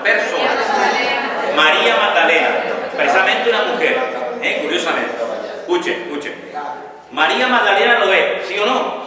Sí. Pero dice que hay momentos que no sabe quién es, quién no es. Cuando dice María, uy, mi maestro, y ella lo va a tocar, como, oye, tú ves a un ser querido que se te ha muerto y de repente lo ve y... ¿Pero qué le dijo? No me toques, porque aún no he subido a mi Padre. Espera, Espera, me quedé ahí. Aún no he subido. Es decir, que recién había resucitado. Hacía todavía minutos que había resucitado. Y le dice a María, un momentito, no me toques, porque tengo que subir y decirle al Padre, Padre, mira, todo lo que me dijiste que hiciera lo hice. Mira las heridas, el costado, no sé qué. ¿Estás contento? Sí. Para abajo. Y es cuando se presenta a sus discípulos. Es decir, que no esperó 40 días para rendirle cuentas al Padre, sino que primero sube, le da explicaciones al Padre, Padre, mira, he muerto, ya está todo pagado, está todo no sé qué, y ahí el Señor desciende y está 40 días con sus discípulos. Michael. Cuando Jesús estaba en la cruz, uno de los ladrones, Sí. ¿te acuerdas de ellos cuando lo corrieron? Jesús le dice, de cierto te digo, hoy estarás conmigo en el paraíso. Exactamente, paraíso. Es interesante, mira, estos días he estado leyendo el tema este, porque sabía que este versículo iba a salir. Hay un pasaje en el Antiguo Testamento donde Saúl, el primer rey de Israel, está desesperado. Dice que ya Dios no le habla, él ora y Dios ya no le responde. Bueno, todo se debe a su rebeldía y todo eso, ¿no? Él dice, bueno, ya que Dios no me responde y me tengo que ir a la guerra, y los reyes siempre consultaban con las divinidades antes de ir a la guerra, si voy a ganar, si voy a perder, me voy a consultar a una divina. Impresionante, ¿eh? Se va a un pueblo llamado Endor, y ahí hay una divina que le dice, él va camuflado, él va disfrazado, porque dice que él había matado a las adivinas en su época, y entonces le dice, mira, yo quiero hablar con Samuel. Y ella le dice, tú sabes que el rey Saúl, como se entere que yo me estoy dedicando a esto, le dice, tú tranquila, no te va a pasar nada. Claro, era él Saúl. Dice, este es un pasaje muy interesante para analizar si era, si no era, dice que se presenta Samuel. Y hay un momento en el que Samuel dice, mañana tú estarás conmigo. Impresionante. Si tú mañana estarás conmigo, te está diciendo que mañana, amigo, tú vas a estar muerto. Si nosotros estudiamos detenidamente este tema, la gente cuando moría en el Antiguo Testamento, antes de Cristo, pues iban a lo que la Biblia llama, en hebreo y en griego, el Hades o el Seol. El Hades y el Seol literalmente significa el lugar de los muertos. Pasa que uno es en hebreo y otro es en griego. Hades o Seol es el mismo lugar. Bien. Cuando la gente moría en el Antiguo Testamento, como la salvación aún no se había pagado, como el Mesías aún no había nacido, la gente, para que nos hagamos una idea, los que vivían antes de Cristo creían que algún día vendría el Mesías. Ellos estaban esperando que viniera el Mesías. Los que vivimos después de Cristo miramos a algo que ya ocurrió, pero todos nos encontramos en la cruz y en el sepulcro vacío, en el mismo punto de partida. Bien, como Cristo todavía no había muerto, se cree que tanto unos como otros iban a un lugar llamado Hades o Seol, pero no estaban en la misma condición. ¿Cómo podemos saber en qué condición se encontraban los que morían? Tanto los buenos como los malos. En una historia que no es una parábola, porque una de las cosas que dijimos la semana pasada, de que una de las características de la parábola es que no da nombres propios. Cuando en una historia que cuenta Cristo se dan nombres propios, eso no es una parábola, te lo está diciendo de verdad. La parábola del hijo pródigo, ¿cómo se llamaba el hijo pródigo? Luego es una parábola porque te da datos, pero no nombres propios. Pero Jesús cuenta de que había un rico, que vamos, que no se condena por ser rico, ni mucho menos, ¿no? Sino simplemente porque era un rico que encima no se quería convertir. Y había uno, un pobre, que se llamaba Lázaro, que no lo confundamos con Lázaro, el hermano de Marta y María, ese es otro. Dice que los dos mueren. Y los dos descienden, uno está en un lugar de tormento que no es el infierno, y otro está en el seno de Abraham, apoyándose como en la comunión con Abraham. Cuando Cristo muere, cuando el Señor Jesucristo muere y Él desciende a las partes más profundas de la tierra, dicho de una forma metafórica, ¿verdad? Porque nadie sabe el lugar exacto en el que está ese sitio, la Biblia nos enseña que Él llegó y al diablo, dice, según Apocalipsis capítulo 1, le quitó las llaves, como diciendo, esta gente que ha estado esperando aquí por mí, a que yo muriera, a que yo derramara mi sangre, ya no tienen que esperar más. Se produce un traslado y se lo lleva a la presencia del Padre. ¿A dónde va una persona creyente en Dios que ha aceptado a Cristo hoy en día cuando muere? A la presencia del Señor, a la presencia de Dios. ¿Y a dónde va un inconverso, un pecador cuando muere? Pues al infierno no, porque la Biblia en el Apocalipsis nos enseña de que el infierno aún no está inaugurado. Nadie vive en este momento en el infierno. No, es que el diablo está en el infierno, eso es mentira. La Biblia no dice eso. La Biblia dice que Satanás está buscando, como león rugiente, buscando a quien va a devorar. Si está en el infierno, pues está dando vueltas por la tierra. ¿No es cierto? El Señor le dijo un día a Satanás, ¿tú de dónde vienes? Dice, yo regar la tierra. Así que Satanás no está en el infierno. Él va a ser el primero que va a inaugurar el infierno cuando se haga el juicio. Nadie es culpable hasta que se demuestre lo contrario. Como tampoco hay nadie que está en este momento por la Nueva Jerusalén, paseando por las calles de oro, sino que ese es el regalo que el Señor dará al final a la esposa, a la iglesia. Luego, antes de Cristo, la gente esperaba que se pagara la salvación, y después de Cristo, una vez pagada la salvación, los creyentes van directamente a la presencia del Señor a esperar el día de la resurrección. Toda la vida hemos creído en la resurrección, creo en la resurrección de los muertos, etcétera, etcétera, y los inconversos van a un lugar de tormento que aún no es el infierno, y eso es lo que la Biblia dice, que Él descendió a las partes más profundas de la tierra. Cuando se presenta Juan en Apocalipsis capítulo 1, en la isla de Patmos, le dice a Juan, Juan, no llores, yo estuve muerto, pero he aquí que vivo por los siglos de los siglos, amén, y tengo las llaves de la muerte y del Hades. En lugar de los muertos, yo soy ahora el que tiene la llave, ¿verdad? Entonces ahora Él, digamos que como que retomó la autoridad, y el diablo automáticamente ya no tiene ninguna autoridad sobre aquellos que hemos depositado nuestra fe, nuestra vida y nuestra confianza en el Señor. Entonces, la Biblia no gasta mucho tiempo en lo que hizo Cristo en esos 3 días de muerto, pero nosotros sabemos perfectamente que cuando una persona muere, según la palabra, tenemos espíritu, alma y cuerpo. El cuerpo ya, pues oye, es el cascarón, ¿verdad? El estuche. Pero el espíritu y el alma viven. Hay gente que tiene el concepto como la famosa película Ghost, la habéis visto, ¿no? Que es la favorita de la nueva era. Que bueno, que cuando una persona muere, como que está por aquí dando vueltas, ¿no? Está dando vueltas y entonces pues está unos días, se presenta a la mujer, a los niños, e incluso los que están vivos, incluso tienen a veces decir, ay, ayúdame, échame una mano. Espera, no confunda las cosas. Cuando una persona se muere, según la Biblia, y nuestro manual es la Biblia, según la Biblia dice que los que mueren no van a pasar ni de allá a acá, ni los que están acá van a pasar para allá. Lo que tengas que hacer, hazlo en vida.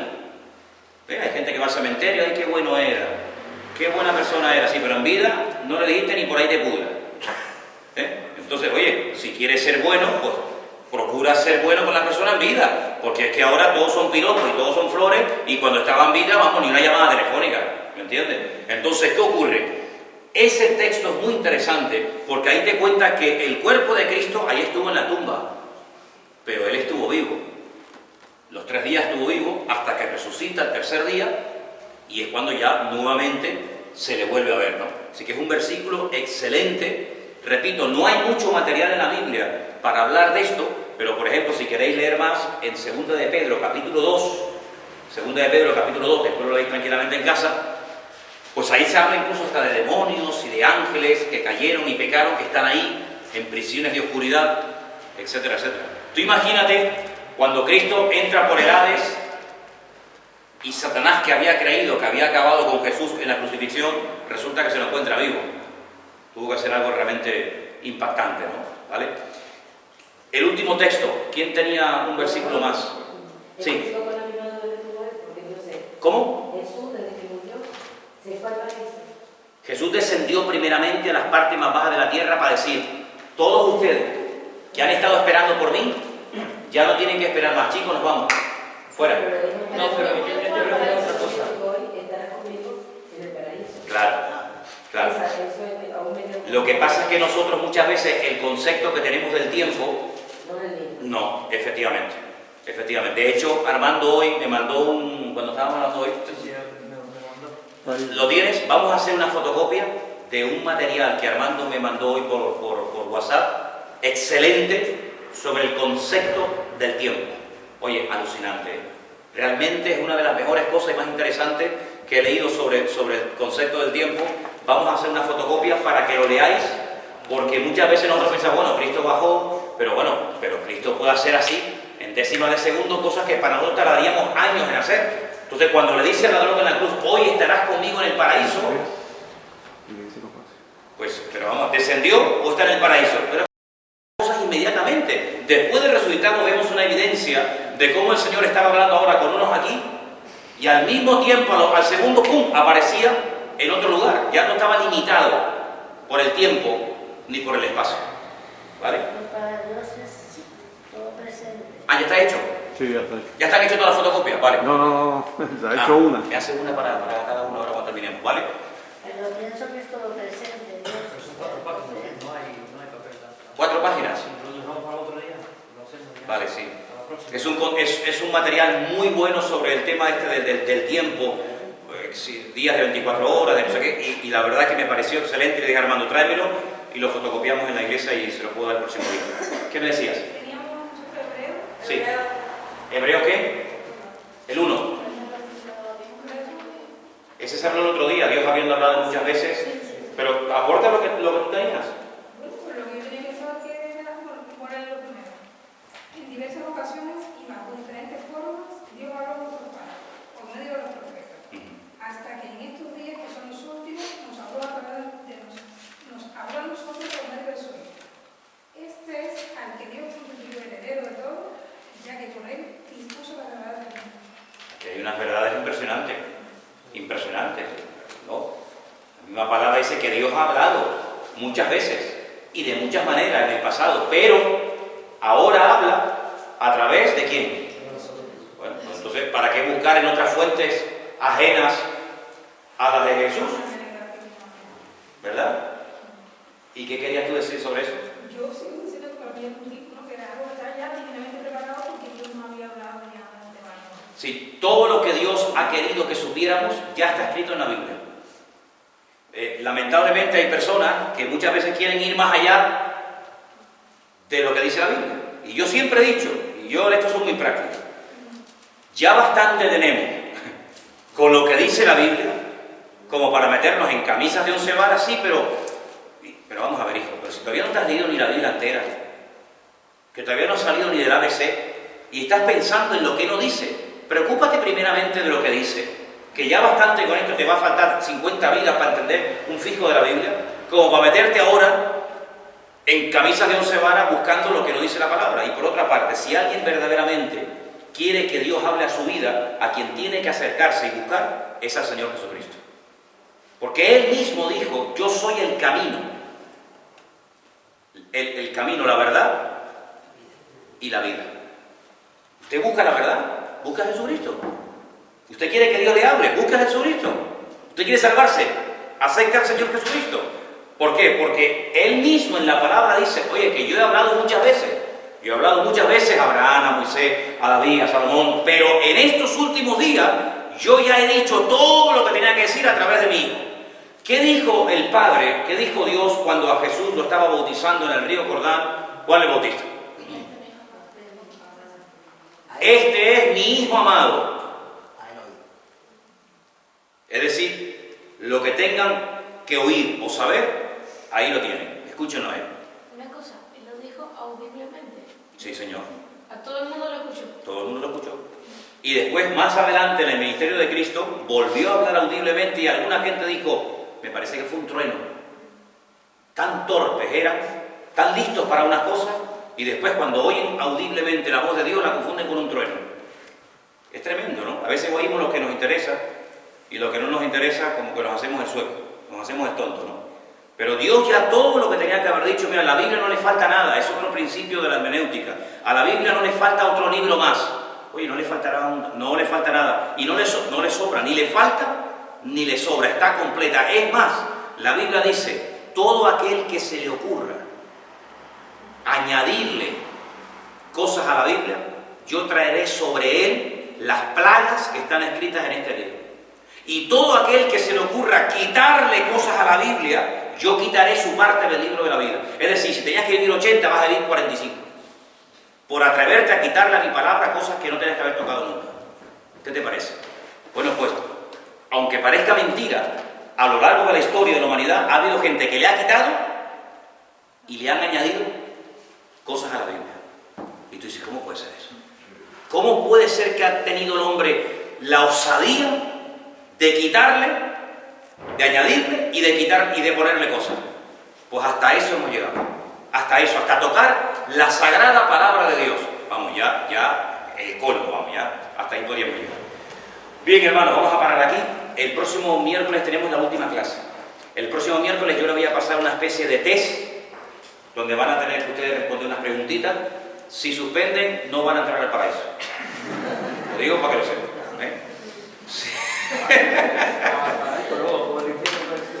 Claro, como en el infierno no nadie estarán pagando, ¿no? Sí. Como no está hecho el infierno, digamos, esto es lo que católicos tienen como el purgatorio. No, el infierno está creado desde el principio. La única cosa dice, literalmente el libro de Apocalipsis dice que Dios creó el infierno para Satanás y sus demonios. Ese fue el objetivo. Pero lamentablemente hay gente que quiere seguir a Satanás y a sus demonios. Pues entonces te vas con él. Pero en un principio Dios creó el cielo para su pueblo, para sus hijos. Bueno, no está inaugurado, pues. No está inaugurado, pero creado sí. No está inaugurado. Y es donde van los muertos ahora, es como los católicos que dicen purgatorio, ¿no? No, lo que pasa es que el purgatorio es un concepto diferente y no solamente diferente, sino un concepto antibíblico. Porque en la doctrina católica romana del purgatorio se puede salir. Se puede salir. Nadie sabe cuándo sale una persona. Si no fue al purgatorio, bueno, ¿y cuánto tiempo va? Bueno, depende. Es toda una doctrina. Si yo te la puedo decir, porque yo fui católico muchos años y me la sé de memoria. Pero nadie sabe exactamente cuándo un alma sale del purgatorio. Nadie sabe. Se pueden hacer cosas en la doctrina esta católica para ayudar a la persona a sacarlo del purgatorio, pero nadie sabe cuándo sale. Si tu familia puede estar 40 años y no te avisa para ver si te sacan, pero nunca tienes la confirmación de que la abuela ya salió del purgatorio. Ah, bueno, pues ya está, pues no hacemos ninguna misa más. Nadie te lo puede decir. Pero el concepto bíblico es diferente, porque el concepto bíblico, el que entra en la presencia del Señor nunca sale. Ya llegó y ahí está. Pero el que entra al infierno tampoco nunca sale. Si no hay segunda oportunidad, si me preguntan si hay oportunidad después de la muerte, según la Biblia te digo, no. Hebreos 9:27 dice, está establecido por Dios que los hombres mueran una sola vez y después de esto el juicio. Luego no hay reencarnación, no hay segunda oportunidad, no es que, bueno, pues tú que te quedas me vas haciendo cosas desde aquí para ayudar. Eso no existe, según la Biblia. Vamos a ver, fuera de la Biblia, pues podemos añadir todo lo que queramos y en casa hasta lo que nos convenga, pero según la Biblia, la oportunidad ahora para elegir, escoger libre y voluntariamente mi destino eterno es ahora. Sí, bueno, hay gente que dice, no, yo en el último minuto me arrepiento, ¿sí? En el último minuto. ¿Y quién te dice a ti que tú vas a tener un último minuto de lucidez, muchacho? Si hay gente que va por la calle y pum, cayó fulminado. Hay gente que entra en coma, que pierde la conciencia. Por lo tanto, como dice el refrán popular, no dejes para mañana lo que puedas hacer hoy. Si hoy el Señor te está hablando, pues ya está, es hoy. Mañana, ¿quién nos asegura a nosotros de que mañana vamos a estar con vida? Si el Señor hoy nos está aclarando las ideas, nos está dando luz, nos está respondiendo nuestras dudas, nos está iluminando el camino, pues chicos, pues aprovecha las oportunidades, porque es que ¿quién te dice a ti que mañana volveremos a tener otra oportunidad? Entonces no hay oportunidad después de la muerte, eso es falso, totalmente falso. ¿Y qué voy a hacer yo para...? Por ejemplo, los mormones, la secta de los mormones, tiene una doctrina que es bautizarse por los muertos.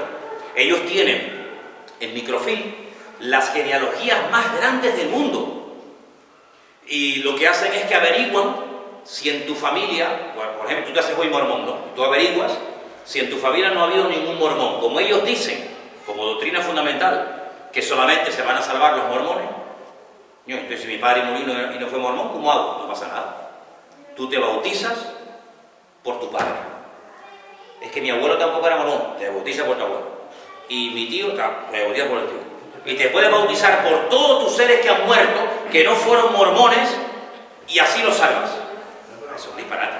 Los mormones son los tíos, o sea, los clásicos tíos de la vida real, que es un mormón, 7 mujeres, ¿no? Eso es lo que yo he oído, ¿no? O sea, no, eso es un mamón. Es otra cosa. Eso es un mamón. Yo he oído eso, Yo lo he oído. El problema no son las 7 mujeres, sino las 7 suegras. Ese es el problema. No, pero yo lo he oído. Sí. Bueno, hermano, que el Señor les bendiga mucho, les agradezco que hayan venido, perdonen que nos hayamos extendido un poquito, y nada, que el Señor les bendiga, repasen los apuntes y el miércoles la última clase, ¿de acuerdo? Bendiciones.